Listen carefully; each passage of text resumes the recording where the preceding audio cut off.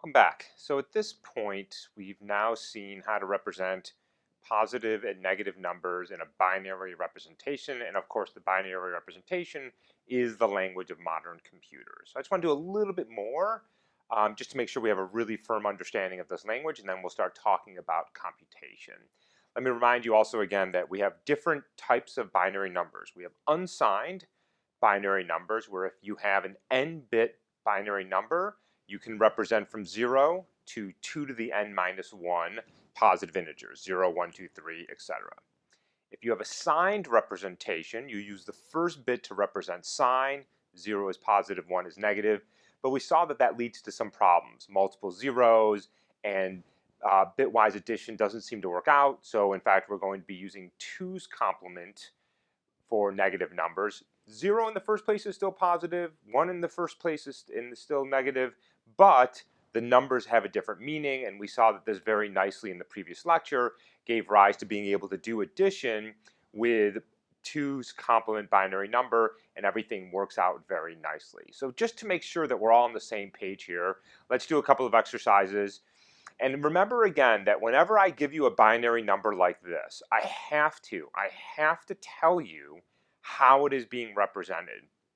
I have to say, for example, this is a 4-bit signed with 2's complement binary number. Because if I just said it's a 4-bit binary number, it could be unsigned, 0 to 2 to the 4 minus 1. If this was the plus or minus here, then these numbers mean something different. So I always have to tell you. If I ask you, what is 0111 in decimal?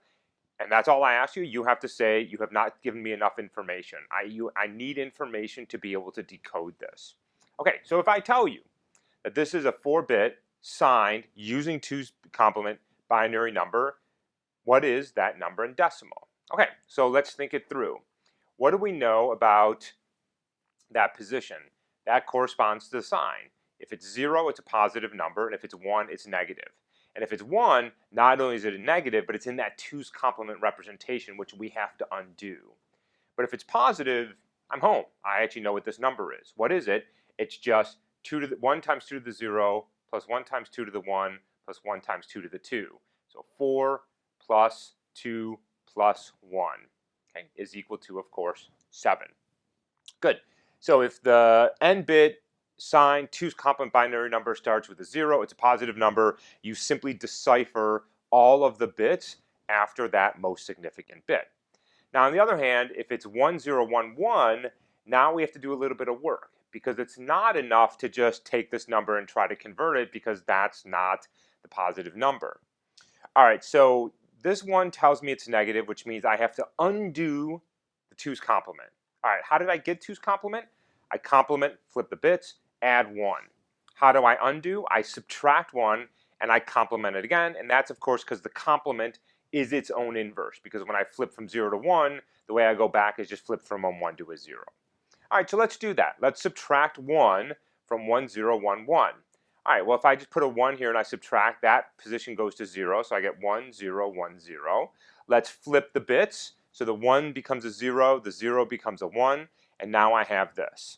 So good, there's a 0 in that position, and if there's not, you've done something wrong. Because when I undo the 2's complement, I better get a positive number. So if that's not a 0, something's wrong. Go back and check your arithmetic. Now what do I have? I have a positive number that I can decipher in the same way that I just did earlier. 2 to the 0, 2 to the 1, 2 to the 2. All right, 2 to the 0 is 1. 2 to the 1, 2 to the 2 is 4. 4 plus 1 is 5. So this number, as encoded as a 4-bit 2's complement binary number, is, this number is 5. So this number is, of course, negative 5.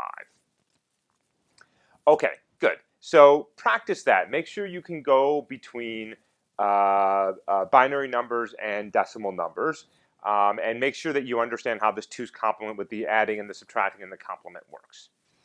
Okay, so at this point now we have positive and negative numbers.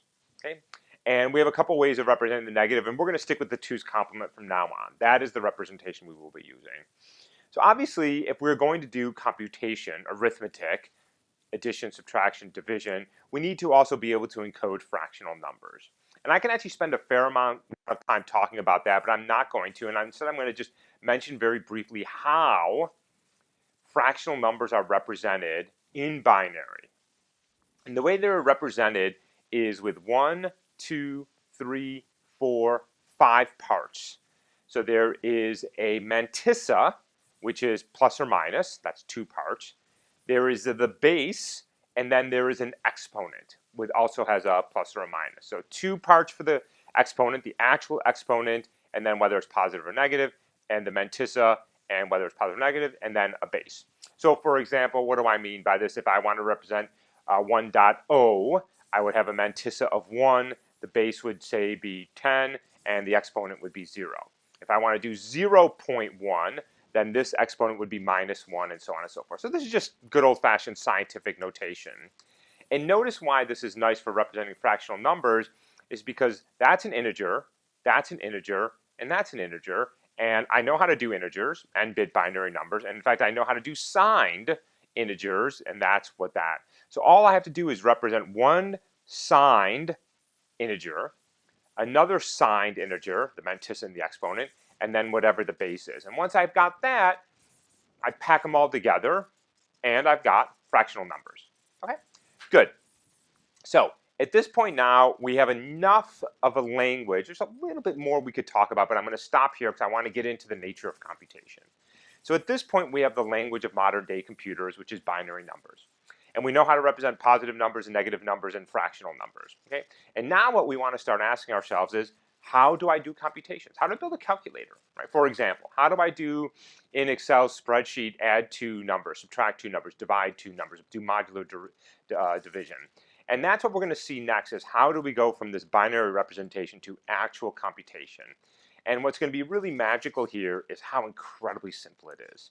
There's really only going to be 3 things we have to learn, and 3 things only, and we're going to be able to build the basics of a modern computer.